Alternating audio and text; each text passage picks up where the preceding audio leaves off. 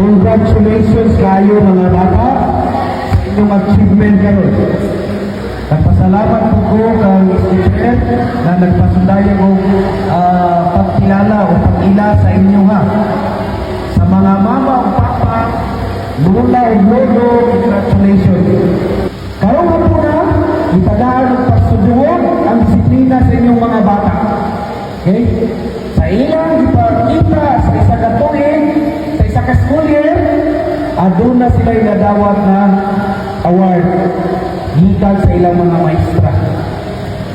O kana, napasidungog, nalipay ako, diri sa barangay itagaan din ang bili.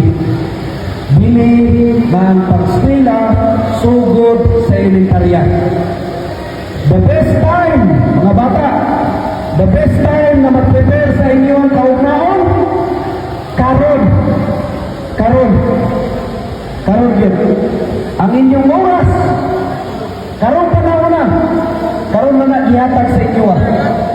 Pagmuagin, 5 ka tuig, 10 ka tuig, 15 ka tuig, dili na mabalik. Kaisa lang din mumuagi grade 1, grade 6, grade 7, grade 12 ka na.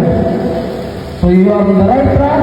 Ang inawag ko na magpadayon mo sa inyo ang willingness na mag-tuon. Wa na ilain na isa ka simple na dalan.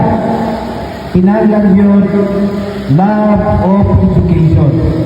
So kaninyo, dako lang kong salig, kay gitagaan mo, pasidungo gani o pagkilala sa inyong achievement. Keep up the good work. Keep up the good work. The award that was given to you, dili na tungod kay ikaw ilang pinakasikat. Kundi itagagag award because you have the character. You have the discipline. Na nag-disiplina ka, tagagag award, disiplina ka, kay kamalo ka sa instruction, o itagagag award. Kay imong gilantaw ang iyong kaugmao.